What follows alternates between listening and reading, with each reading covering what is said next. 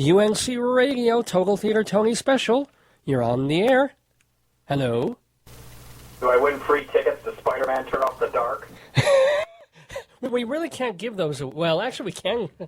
You can give them away, believe me. There are plenty available. Well, yeah, but not for free. The thing would be packed for 10 years. You know that. The person on the other end of this line, by the way, ladies and gentlemen, is our first guest for the afternoon. I'm so thrilled that he called in right on time. In fact, 2 minutes early, so thank you. Thank you, Michael Riedel. Yeah, unlike Spider-Man, which has delayed its opening now 6 times. Do you think it's actually... I'm not punctual. do you think Spider-Man will, in fact, open on June 14th, 3 days from now? Yes, indeed. In fact, I know that last night, Friday night, all of the major critics went in to see it, including Ben Brantley of the New York Times and our critic Elizabeth Vincentelli from the New York Post. So they were all in, and those reviews will be out on Wednesday. Oh, wow. Okay. Did Brantley see it in its original incarnation, or did they say Isherwood, the second string? No, Brantley saw it and panned it. I mean, I think he said it was one of the worst musicals he'd ever seen, and he was right. Oh, so have you seen both incarnations, or just the first? I have. No, I've seen, God help me, I saw the first incarnation 2 or 3 times, and I've seen the second incarnation twice now, and I can give you my early review, which would be that the first version, Julie Taymor's version, was inept, pretentious, and boring. Wow. And the new version is just boring. So I guess that's an improvement of sorts. Hey, so maybe if they close it and open it again in another 6 months, they do the Frank Wildhorn thing that he was doing with Scarlet Pimpernel, and they take it That's from right. boring. Well, Frank Wildhorn had 3 versions of Scarlet Pimpernel. We're now at 2 versions of Spider-Man, but why not? I mean, they seem to have all the money in the world. They've now spent $75 or $80 million on this colossal bore. So what's to stop them from retooling it yet again if they want to? And I think, frankly, I'm pretty sure the critics are not going to be impressed with the new version. It is, it's clear. The plot now makes sense. Some of the dreadful numbers that Julie Taymor came up with are gone. But still, it's just one big, long, boring slog. Well, would you say that if you hadn't already seen it 4 or 5 times, if you were coming totally fresh to it, right, hadn't seen the special effect of flying off the ceilings, the web stuff, because you're going to be bored because you know everything to expect. Do you think... If I were seeing it for the first time, I would say about 15 minutes into it, I'd be looking for my blanket and my pillow. Oh... It's just not now. I mean, first time, third time, fourth time. You're lucky if you only have to suffer through it once. It's just a bore. I mean, the music is sludge. Bono and the Edge have not written a good tune in the whole thing. It's all very lumbering music with very pretentious lyrics. The special effects, to my mind, aren't all that great. I mean, I've seen several versions of Cirque du Soleil, and they fly around in that, too, and they fly over your head. So there's nothing spectacular there. And the plot, which in Julie's hands was just bizarre and pretentious and loaded with references to Ovid and Homer and all the great Greeks that she reads. Now the plot is a very straightforward Spider-Man story. It's basically a rip-off of the Spider-Man plots from the movies. So instead of going with Homer, they go with Marge and Bart, essentially. Yes, instead of going with Homer, they've gone back to Stan Lee. Thank you so much for that. Anyway, by the way, we're talking with Michael Riedel, who, if I have not mentioned yet, is the... No, you're not a gossip. You're a theater columnist, journalist, sort of a gossipy columnist for the New York Post, and your work appears every Wednesday and Friday, and nobody in the theater community misses it. They love you, they hate you, whatever, but nobody does not read you. Well, that was a double negative. But I often tell them what's going on in their own shows. That's true. I've got better sources than the people producing the shows. Well, because you hang around at the bars and Sam's, and is Sam still there, or where do you hang now? Oh no, David, you're dating yourself. I mean, Sam's that whole area. Sam's was we should tell your listeners, sure. All 3 of them. Sam's was an old theater district bar and restaurant, popular with the theater crowd in the 80s and the 90s, but about 7 or 8 years ago now, that whole section of old townhouses that had those old restaurants there, they were all torn down, so Sam's is no more. Oh, so where do the theater people hang now in New York? Well, the hot spot has been for the last few years, though, is a place called Bar Centrale, which is owned by Joe Allen, who owns the restaurant that bears his name. Mm-hmm. And it's a real kind of theatrical club.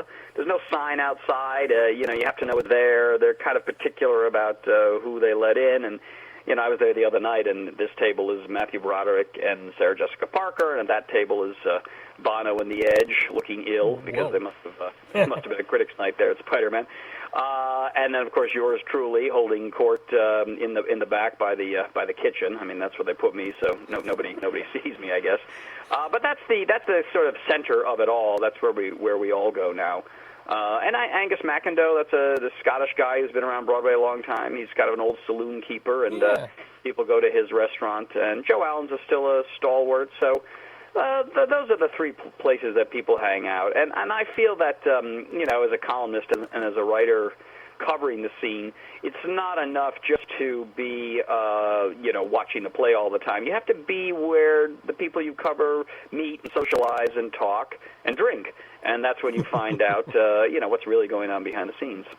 Absolutely, and it's funny, again, for people who are listening in Colorado and around the country and may not be New York people like you are and I was. You didn't mention Sardi's.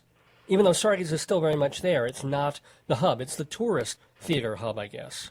It is, but, I must say I have some real affection for Sardi's, and I do go there, maybe a few times a month, generally to eat with the very old theater guard. I mean, I was there the other day with an old agent friend of mine, and at the table next to us was Florence Henderson, who hasn't been on Broadway since 1912. But God love her, everybody in that restaurant, well, the restaurant was full of women in their 60s, right. They all recognized her from, Mrs. Brady on the Brady Bunch. And she couldn't have been lovelier. She posed for pictures with everybody and signs autographs and talks to everybody. So I do like Sardi's, and it is, in many ways, New York has changed so much in the last 20 years, and so many of the great old restaurants that had been hanging on from the 50s and the 60s and the 70s all closed down because, frankly, they couldn't afford the rents that you have to pay here in New York.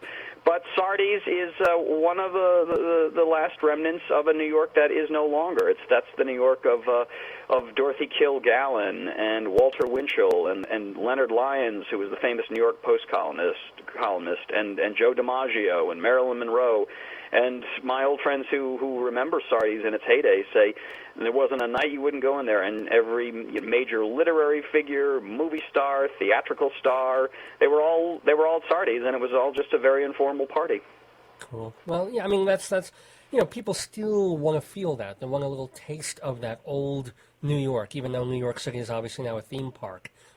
Yeah, I think Barcelona is kind of the new version of that, because Joe Allen, who's in his 70s now, Joe used to be a bartender at places like P.J. Clark, which were also part of that whole 50s high society New York world, and Joe knew the Stork Club, and he knew El Morocco well, and Bar Centrale is a tip of his hat to the past that he knew.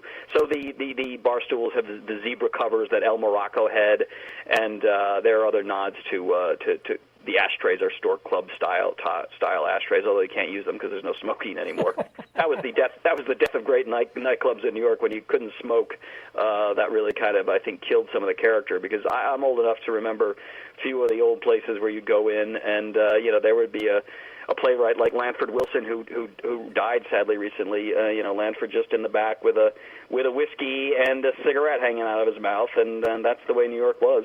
Speaking of, since you brought that up, we do want to get to some of the major Broadway and theater news stories of the year. And I was going to save the deaths for last, as it were. But that was kind of a big... We lost some huge folks this year. Yeah, we did. I went to Lanford Wilson's memorial service a couple of weeks ago, and Edward Albee spoke. And Edward is one of the last. I was trying to think who were the last of that era. And Edward's now 85, I believe. And he and Steve Sondheim, who just turned 80, they're kind of the last of that Broadway era of the 50s, the 60s, and the 70s. Arthur Lawrence, who goes back to the 40s, died at 92 just a couple of weeks ago, and he was probably the oldest one around. We also lost Joe Stein, who wrote Fiddler on the Roof this year, and we lost Jerry Bach, who wrote the music to Fiddler on the Roof. Sheldon Harnick, who wrote the lyrics to Fiddler. Sheldon is still here. In fact, I do a television show here in New York called Theater Talk on PBS, which is syndicated around the country, so it might air in Colorado, I'm not sure, but you might check the local listings for that. But I had Sheldon on because I wanted to do an interview with the last Fiddler on the Roof guy standing. You know, Robbins is gone, Joe Stein is gone, Jerry Bach is gone, Zero Mostel is gone, and Sheldon is the last person who created that seminal musical. And Sheldon, God love him, agreed to perform To Life on my show, and he brought his piano player in and a nice Broadway actress friend of his, and they did To Life together, and he got out some old lyrics that had been cut from the show, and so he sang the complete version of To Life that had never been heard of because they altered some of the lyrics for Zero Mostel in the original run. One thing I do want to ask you about Theater Talk, which has been on the air now, what, about 15 years, more or less? 18 years. Congratulations on that. Is it ever going to be maybe on the archives on the internet so people can, because it has now become, I guess, a treasure trove, just in the way old Tony Award shows are, or the stuff that Neil Berg does. Are there any plans ever to sort of archive them for everybody to use, colleges and things like that? Yes, well, when I'm stuck in the actors' home out in New Jersey, we'll put them on so I can just relive my youth and my glory days over and over again from the wheelchair. But until that point, we have a few online, and it's a joint production between Theater Talk Productions and the City University of New York. So if you were to go to the City of University of New York television website, you will find Theater Talk, and I think we've got stuff that goes back to 2000 and 2001, but we started the show in 1993, so we still have a lot of stuff that's, has not been put out again. I've got interviews with all sorts of people who are now gone. I have many interviews with the great Peter Stone, who wrote 1776 and Titanic and the movie Charade, who was one of our very first guests and a frequent guest because he was so much fun. I loved having him on. I've got interviews with Fred Ebb, the great lyricist who was John Cantor's partner, and they wrote Cabaret in Chicago together. Fred was a wonderful, wonderful raconteur. So I have a lot of interviews with him. And yeah, you're right. It has become sort of an archive of Broadway, and with any luck, if it has any value, it'll be my retirement fund.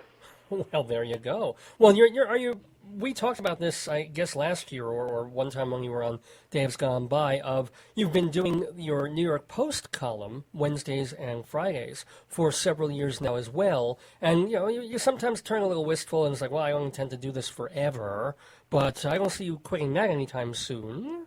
Or, well, how long? No. I mean, no one's come to me and says, "Why don't you go off and cover the Barack Obama campaign in 2012?" I might try my hand at politics someday. Maybe try to make the transition that Frank Rich did so spectacularly at the New York Times when he had been the theater critic a long time, and then became a political columnist. But so far, the theater still holds my interest. Just when you think, I don't think I can sit through yet another crop of shows, you get Book of Mormon, you get a Mother with the Hat, a new play that's up for Tony this year, you get a War Horse. So every year brings some pretty exciting stuff that it's all fun to be, one of the first people to get a look at it and try to celebrate it. Or in the case of Spider-Man, brings a gargantuan flop, which you get a lot of mileage out of that as well. See, with you, it isn't so much even, I guess, finding a great, wonderful show. For you, it's just, where's the big story? What can I follow like a bloodhound, Which you had. Well, yeah, Spider-Man I am a gossip columnist. I'm a news reporter. I write a column that is very much my opinion, but the column is most of the time is based on some digging around that I've done. I learned that from William Safire, who was a great conservative political columnist for the New York Times for many years. He's been dead for a few years now. But when I was a young reporter, I met him at a cocktail party, and I just got in my theater column, and I asked him for some advice, and he said, always dig up some news, because if you've got to hang a column around some sort of news. You can play with it, you can take an opinion on it, but have something fresh in there that isn't anywhere else. Because if you don't do that, you're just going to be spouting off your opinions, and you're going to bore yourself in about 3 years and bore your readers in 2. That's very good. That's yeah. really so I always try to keep it fresh by, calling my sources what's going on. And there's not always big breaking news on Broadway, but you can find a little something, and from that you can sculpt a column. But you want people to read and say, "Oh, I didn't know that. That's interesting. That's what's going on there." Yeah, absolutely. And returning to the idea of the news stories of the year, I've always said that Broadway tends to be, I'm not the only one, really, really cyclical. Like there was a point a few years ago when there were only one or two new musicals, and Sunset Boulevard had no competition. And then suddenly we got this crop of musicals, and then a ton of musical revivals, and then very few. And now this year, the Theater League, the Broadway League, is trumpeting the fact that there are so many new plays on Broadway. Is that a trend? Yeah, no, we used to complain that the straight play was dead on Broadway, and it was only theme park musicals. And now you've got War Horse from the National Theatre of Great Britain. You've got a terrific play called Mother with the Hat by Stephen Adley Gurgis, starring Chris Rock. A very good play by Lindsay David Aber called Good People with Frances McDormand. A boring play about a rat called the Bengal Tiger at the Baghdad Zoo with Robin Williams, but not every play can be a winner.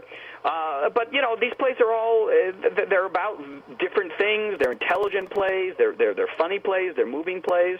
And I think that both in terms of musicals and non-musical plays, Broadway's doing very well these days. Well, that's kind of nice to hear about the fabulous invalid. Do you see any trends? Yeah, well, I would point out to your listeners, all four of them now, because I'm so good, I've added another one. I have a story in tomorrow's New York Post, which you can get online, which I was trying to figure out this very big financial boom we've had on Broadway. If you think about Broadway, Dave, for as long as you and I have been covering it, Broadway used to be the kind of the backwater of the entertainment industry. It was the recording industry and the movies that were the big glamorous industries. But over the last 15 years, Broadway has become a multi-billion-dollar industry, and B, in the mainstream of pop culture in America. Kristen Chenoweth sang a song from Wicked the other week on Oprah's final show and on Glee. Now, you don't get more mainstream in American culture than Oprah Winfrey's show, her final show, and Glee, which, by the way, is inspired by Broadway musicals. So, at a time, it used to be Broadway was, revivals of Hello, Dolly with Carol Channing, and nobody cared. Now, Broadway stars like Matthew Morrison and Kristen Chenoweth and Hugh Jackman are in the forefront of American popular culture, and I believe Broadway is that too. The names of the shows on Broadway are recognized around the world. Mamma Mia, The Lion King, The Phantom of the Opera, Wicked, and now The Book of Mormon. These are juggernauts that everybody knows about. Was it, what started it? Would it have been, God help us, Well, I can Cats, tell you, because I laid it out in my story tomorrow, but I trace it back to... Disney? No, it goes back before that. I trace it back to 1972. Now, in the 70s, New York City was bankrupt. There was a famous Daily News headline, Gerald Ford to New York City, dropped dead. Ford was not going to bail out the city. The city was in trouble. Times Square was seedy and full of drug dealers and hustlers and pimps and porn houses.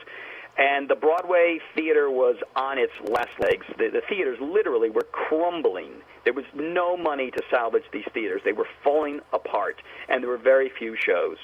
And there was an organization called the Shubert Organization, which had been founded by the three Shubert brothers in 1900 and had been, in its heyday, the most powerful theatrical enterprise in the world. It was on its last legs, too, and it was being run by the nephew of the last brother. And the nephew was a drunk, and he ran the organization from the second-floor bar at Sardi's in a phone booth because he was bombed all day long. And as he was running it into the ground, and as New York and the theater district falling apart, there were two young lawyers at the Shuberts named Bernard Jacobs and Jerry Schoenfeld. And they were ambitious, and they saw that they could push this drunken old Shubert, the last Shubert, out and take control of the organization. So they staged a coup, a very dramatic coup. They got the board on their side, and they pushed Shubert Lawrence out. And then they got into this business, and they discovered it was worse than they thought. The Shuberts, they were bankrupt. And they went to Morgan Stanley, their bank, and tried to get a loan. They tried to get a loan from Morgan Stanley to save the theaters, and Morgan Stanley told them those theaters are worth nothing. They have no value. Well, what happened was 2 years later, as Bernie and Jerry were struggling to figure out how to pull this thing together, a young up-and-coming director named Michael Bennett went to Bernie Jacobs and said, I'm working on this show about dancers in Broadway musicals, and I'm doing it at the Public Theater, but Joe Papp, who's running the Public Theater, he's run out of money. We don't have any money, and can you help us? And Bernie Jacobs said, you know what, I'll lend Joe the money, I think he gave him $1 million. I'll lend Joe the money, and if the show's any good, we'll put it in one of our houses on Broadway. Well, the show was a chorus line. Yeah. It ran 15 years in the Shubert Theater and made hundreds and hundreds of millions of dollars. And I was talking to an old hand at the Shubert organization the other day, and he said before a chorus line, there was no money. After a chorus line, there was nothing but money. And Bernie and Jerry used that money to fix up the theaters. They used that money to go hunting for new shows. They used that money to begin the campaign to try to rehabilitate Times Square back in the 70s when nobody thought that could be done. Right. And along the way, a few years after Chorus Line, Bernie Jacobs became friendly with a young British producer named Cameron McIntosh, who in 1980 created with Andrew Lloyd Webber Cats, which ran 18 years on Broadway and has made around the world billions of dollars. Yeah, that was amazing. And that was the beginning. I mean, Cats is the first global brand name show. And then after Cats, you had Phantom of the Opera and Les Miserables and Miss Saigon. And then you were making a tremendous amount of money. And just when those British pop operas began to fade, you had a very spiffy, you'll remember, revival of Guys and Dolls in 1992, starring Nathan Lane, launched his career. And that's when you saw that Broadway was beginning to regain its footing with great American musical comedy. And I think there's a direct line from that revival of Guys and Dolls, which launched Nathan Lane's career, to Mel Brooks as the producer, which made Nathan Lane a household name 10 years later in 2000.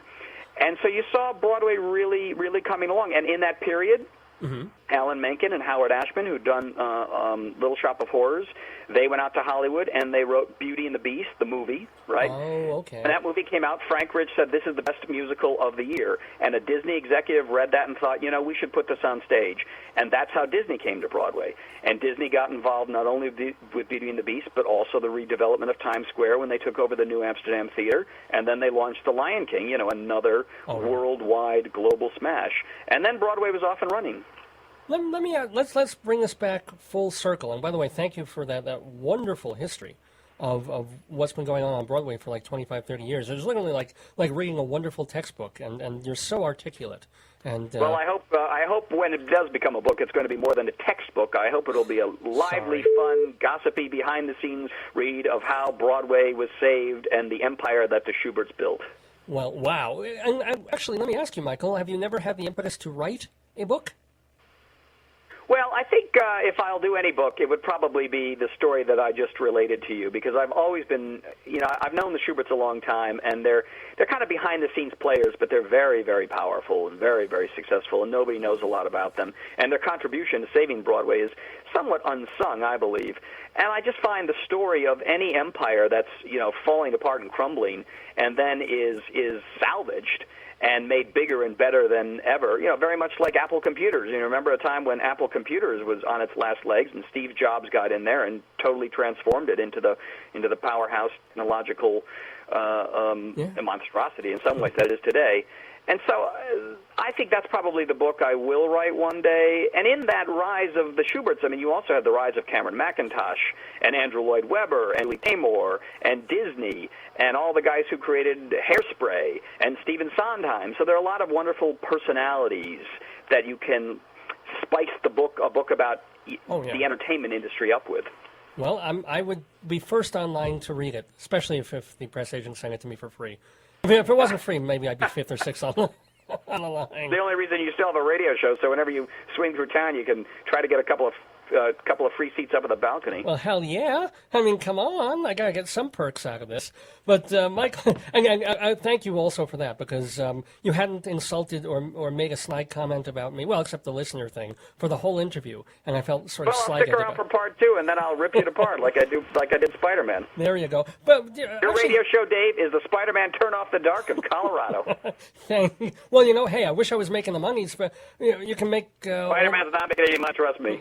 Well, come on, if it's grossing, let's get to that. If it's grossing, let's say 1.2 million a week, it's got to be breaking even, making some dough at least now.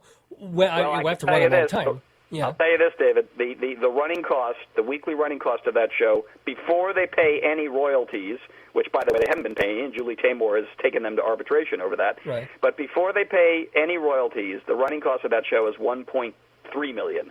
So if they gross $1.2 million, it means they're losing $100,000 a week. I didn't realize the nut was so high. I figured it'd be like 800,000 or something like that. No. Wow. You've been away from New York too long, Dave. Michael, we have to wrap it up. But last question: what are you really looking forward to in the next season?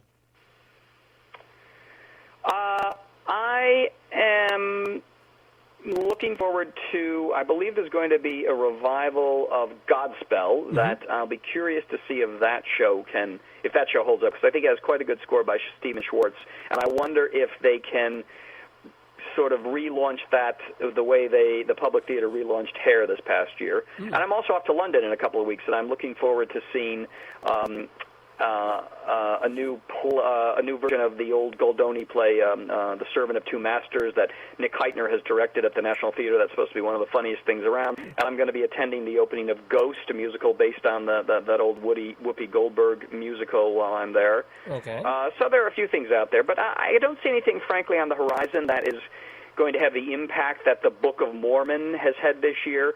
But you never know. I mean, something comes out of nowhere. You know, in 1995, if you and I were doing this show and we thought there might be this little show about these kids that don't want to pay their rent on the Lower East Side of New York, if we thought that would be a global phenomenon, then we would have been had a very clear crystal ball. What's fun about Broadway is that something you least expect comes out of nowhere and just captures the imagination of the public. Which Book of Mormon did. I mean, a year and a half ago, the South Park guys are working on a musical. And these days it takes 5 years to get a musical on Broadway. With them, bang. And nobody was really talking about it. You know, they weren't running around saying, "Oh, be prepared for the biggest hit of all time." And I know deliberately the producer of the show, Scott Rudin, just kept it very quiet. They did some workshops. I had heard from my friends who were in them that it's really very funny. It's really very funny. But you know, Scott wasn't looking for publicity. He didn't want to oversell it.